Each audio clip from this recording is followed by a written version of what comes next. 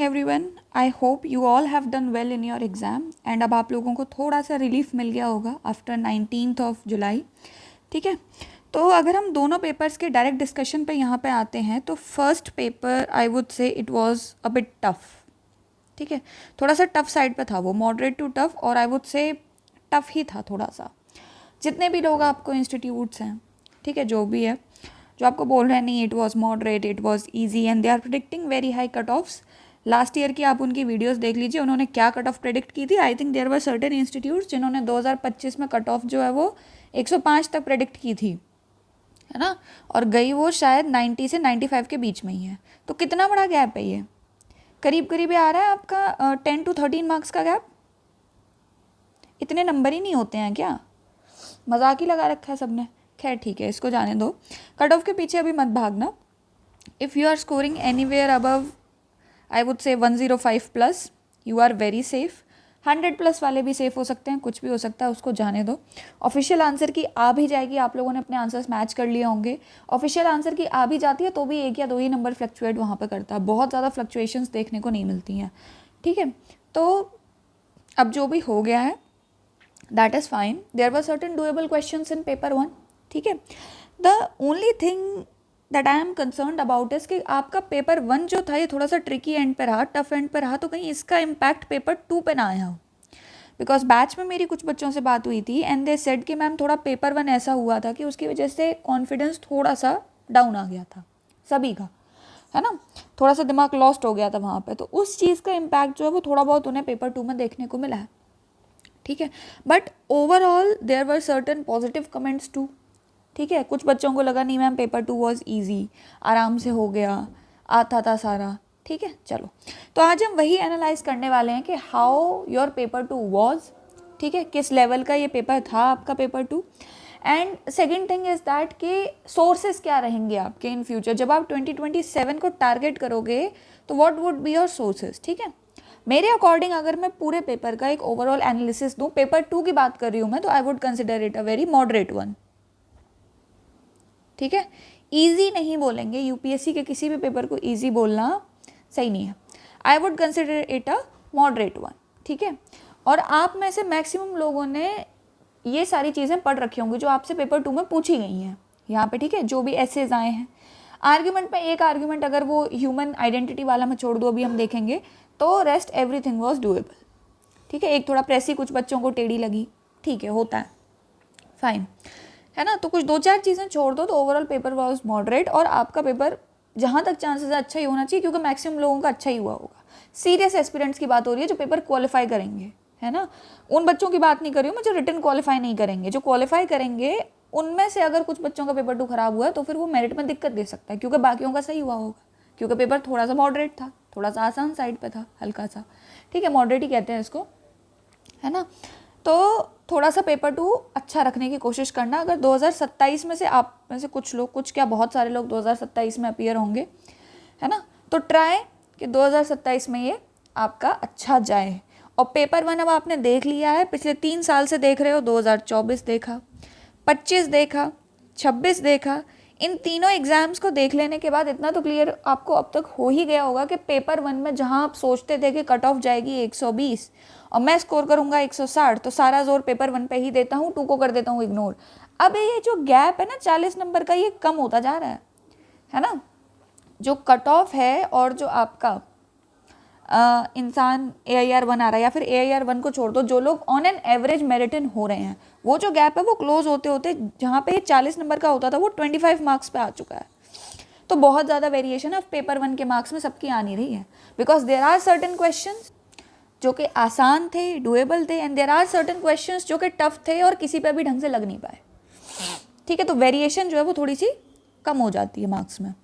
ठीक है, चलो ठीक है, अब जो भी हो गया, मुझे नीचे कमेंट्स में बताना कि अगर आपका पेपर 2 जो है आपको स्टिल ऐसा लग रहा है कि सही नहीं हुआ है, क्योंकि कुछ बच्चे कह रहे थे मैम फिर भी हमारा पेपर 2 अच्छा नहीं हुआ. तो नीचे मुझे कमेंट्स में बताना कि क्या रीजंस रहे हैं. I would like to know, जब पेपर मतलब ऐसा मॉडरेट लेवल का रहा है तो. ठीक है, चलो देखते हैं. ऐसे से स्टार्ट करेंगे हम. है ना। तो urbanisation and the rise of mega cities, मैं अभी आपको इनके सोर्सेज दिखाऊंगी, पहले हम क्वेश्चंस देख लेते हैं। Urbanization and the rise of mega cities static portion में से ही आया है, युद्धाभ्यास बैच में खुद मैंने करवाया था, मैं अभी आपको दिखाऊंगी, ठीक है। या फिर दिखाना रहने दो, आपको जो 18 थीम्स की वीडियो दी थी ना मैंने यूट्यूब पे, उसमें से आपका जो सेकेंड लास्ट थीम था, I think the 16th theme और द 17th थीम, उसमें एक वो थीम था आपका ISM। ISM में एक प्रॉपर टॉपिक था अर्बनाइजेशन, ठीक है। ये एक प्रॉपर टॉपिक आपका वहाँ पे था।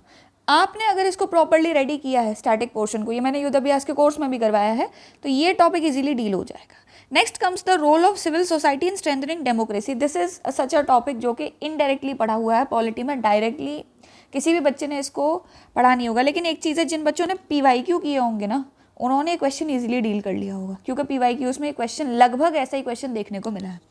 Then comes gender justice and legal reforms in India, पूरी वुमेन की थीम आपकी रही है, ठीक है। Then the role of startups and entrepreneurship in fostering economy, ये आपका या तो आपने स्टैटिक में पढ़ा होगा इकोनॉमिक्स में, सॉरी इकोनॉमी में, या फिर ये आपका ना विजन की मैगजीन में था। विजन की मैगजीन में, विजन IAS की आपकी जो मैगजीन होती है, उसमें मैंने पढ़ाया था मंथली में, ठीक है। Then reviewing India's defence strategy in the light of evolving external threat, ये भी मैं अभी दिखाऊंगी आपको, इंटरनल सिक्योरिटी में आपको करवाया गया है। Then comes India's maritime strategy and the growing importance of Indian ocean in the world, ठीक है। तो ये क्वेश्चन आपका था। तो ओवरऑल एसेस को अगर हम एनालाइज करें तो they were quite average, easy to average in nature, ठीक है। They were quite easy to moderate in nature, ठीक है। हो गए होंगे आपको, शायद ही इनमें से कोई ऐसा टॉपिक होगा जो आपको ना आता हो। नेक्स्ट कम्स योर आर्ग्यूमेंट्स, इस बार बच्चों को आर्ग्यूमेंट से बड़ी शिकायत रही है, ठीक है।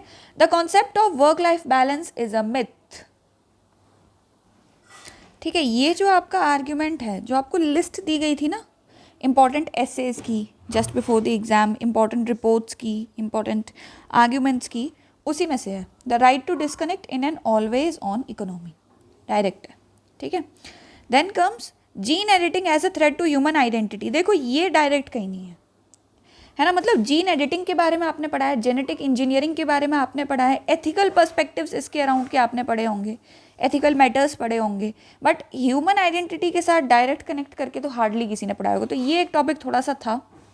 Then comes adoption of electric vehicles and emission control technology, ये आपका स्टैटिक में रहा होगा। Impact of genetically modified foods on health and environment, ठीक है। ये भी आपका स्टैटिक में रहा है, मैं अभी आपको दिखाती हूँ, कोर्स में था ये सब कुछ, है ना। और कोर्स में जो बच्चे कोर्स में नहीं थे, जिन्होंने खुद से प्रिपरेशन की होगी, जो 18 थीम्स की लिस्ट आपको दी गई थी, अगर उसी को अच्छे से रेडी कर लिया होगा तो भी ये हो जाएगा, ठीक है। जैसे देखो यहाँ पे भी ये क्वेश्चन आपको लिस्ट में दिया गया था, ऐसे की लिस्ट में ही, startups in India opportunities and challenges, है ना। तो यहाँ पे एक स्टार्टअप के ऊपर आपका role of startups and entrepreneurship in fostering economy, ठीक है। ऐसे आर्ग्यूमेंट रिपोर्ट का एनालिसिस हो गया, ठीक है। आर्ग्यूमेंट्स को मैं यहाँ पे मॉडरेट ही कहूँगी, टफ तो फिर भी नहीं है। रिपोर्ट्स देवर अगेन ईजी, ठीक है। देन कम्स योर प्रेसी, ये सबको थोड़ी सी टफ लगी है, ठीक है। तो मैं इसको मान लेती हूँ थोड़ा सा टफ, है ना। लेंदी थी, लंबी थी, कितने 456 वर्ड्स की है, थोड़ी सी लंबी भी थी, ठीक है। लैंग्वेज भी इसकी थोड़ी सी ट्विस्टेड थी, है ना। आगे देखो, then comes your RC, direct questions, एकदम direct questions, it was very easy I would say. Then comes your grammar, again it was moderate, ठीक है। अगेन इट वाज मॉडरेट, है ना। तो ये आपने देख लिया कि पूरा पेपर जो है I would consider it a moderate one, ठीक है। अलग अलग सेक्शंस का भी हमने एनालिसिस देख लिया, कैसे क्या करना है। अब हम आ जाते हैं थोड़ा सा इसके सोर्सेज पर। जैसे कि आपका ऊपर में एक क्वेश्चन आया है regarding your maritime, India's maritime strategy and then comes the emerging role of Indian ocean. तो देखो आपको ना ये एक दिसंबर की आपकी दिसंबर के सेकेंड वीक की, ठीक है, दिसंबर के सेकेंड वीक की जो आपकी न्यूज़पेपर की वीडियो एक बनाई थी हमने, है ना। दिसंबर में हम करंट अफेयर्स की वीकली वीडियो बना रहे थे न्यूज़पेपर की फॉर पेपर 2, उसमें ये टॉपिक था आपका the Indian ocean as cradle of new blue economy, ठीक है। तो यहाँ से इंडियन ओशियन के इंपॉर्टेंस वाला काम हो जाएगा। रही बात मैरीटाइम सिक्योरिटी की, मुझे नहीं पता आप लोगों ने स्टार्टिंग में कहाँ से पढ़ा है, बट कोर्स में ये मैंने यहाँ पे करवाया था, प्रॉपर 2 लेक्चर थे इसके ऊपर।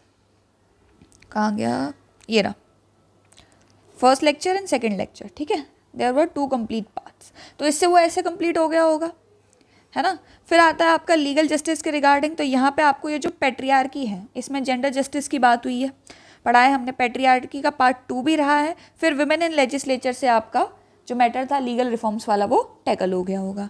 राइट टू डिस्कनेक्ट आपका जो है आपने विजन की मैगजीन में भी पढ़ा होगा, मतलब विजन की मैगजीन में मैंने तो पढ़ाया था, जो आपकी मंथली वीडियो आती है विजन की उसमें, ठीक है। और आप इसके अलावा देखो तो जीएमओस के ऊपर जो 2 क्वेश्चन आपके आए, जेनेटिकली मॉडिफाइड फूड हो गया, क्रॉप्स हो गए, जीन एडिटिंग हो गई, तो ये सब आपको यहाँ पे एक तो ये रोल ऑफ टेक्नोलॉजी में करवाया था जीन एडिटिंग वाला, दूसरा आपको जेनेटिकली मॉडिफाइड क्रॉप में करवाया था। 2 सेक्शंस में ही करवाया गया है, ठीक है। This was in the course. आपने अपने एंड से कहीं और से रेडी किया होगा, that is up to you. Then comes वो जो आपकी रिपोर्ट आई थी ऊपर में एक, है ना, E vehicles, adoption of E vehicles and other emission reducing technologies, ये था ना। तो ये आपका ग्रीन मोबिलिटी, ठीक है, और ग्रीन इकोनॉमी, इन 2 में करवाया गया है ना। पहला इसमें तो आपका ई व्हीकल्स के ऊपर ज़्यादा बात हुई है, और ग्रीन इकोनॉमी में आपकी जो CCUS होती है, जैसे कि आपकी carbon capture and utilization system होता है, ठीक है, ग्रीन हाइड्रोजन की बात होती है, तो वो सब यहाँ पे ग्रीन इकोनॉमी में कवर्ड है, ठीक है। ये हो गया आपका, है ना। और इसके अलावा आपका कौन सा टॉपिक रह रहा था यहाँ पे, एक आपका ऐसे का टॉपिक था emerging threats to India's the emerging the changing nature of external threats, और फिर रिव्यूइंग इंडियाज डिफेंस पॉलिसी।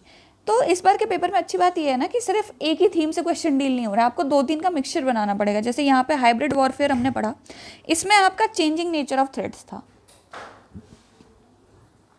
ठीक है, चेंजिंग नेचर ऑफ थ्रेड्स ये एक था, है ना। और इसी के साथ साथ हमने ना डिफेंस मॉडर्नाइजेशन भी पढ़ा था, जिसमें डिफेंस इंडिजनाइजेशन, डिफेंस बजट, ये सारी चीज़ें हमने पढ़ी थी, ठीक है। ये आपको यहाँ से क्लियर हो गया होगा। तो इससे वो क्वेश्चन जो है आपका डील हो गया। और आप यहाँ पे देखो विजन की मैगजीन में, तो आप देखोगे यहाँ पे इंडियन ओशन रीजन वाला जो है वो यहाँ पे भी गिवन है आपको, ठीक है। ऑनलाइन रेगुलेशन और promotion and regulation of online gaming rules के ऊपर क्वेश्चन आपका पेपर 1 में आया था, है ना। तो एट लास्ट हम क्या कंक्लूड कर सकते हैं, हम सिंपली ये कंक्लूड कर सकते हैं कि आपके जो 18 थीम्स थे, ठीक है, एटलीस्ट जो मैंने युद्धाभ्यास बैच में पढ़ाया था, जो वहाँ पे बच्चों ने पढ़ा है, वहाँ पे ये सारा कुछ कवर्ड अप है, ठीक है। इसके अलावा बच्चों को ये डाउट रहता है कि मैम न्यूज़पेपर करें या ना करें, या फिर विजन की मैगजीन करें, या फिर दोनों कर लें, ठीक है, यही डाउट्स आपके रहते हैं। आई वुड से कि पेपर 2 के लिए दोनों में से कोई भी एक कर लो, एक सफिशियंट है, ठीक है, क्योंकि वो इंडियन ओशियन वाला आपका न्यूज़पेपर में भी था, मैगजीन में भी था, और भी क्वेश्चंस जो कि आपके करंट अफेयर्स से आए हैं वो न्यूज़पेपर में भी थे, मैगजीन में भी थे, ठीक है। तो दोनों जगह पर चीज़ें प्रेजेंट हैं, तो कोई भी एक आप उठा के कर सकते हो। मंथली आपकी विजन की मैगजीन की वीडियो आपकी आती रहेगी, उसको देख लेना, उसमें से भी सारे टॉपिक्स जो हैं वहाँ से भी रेडी हो जाएंगे। और अगर आपको खुद से रीड करनी है, so that is up to you, वो भी आप कर सकते हो, ठीक है।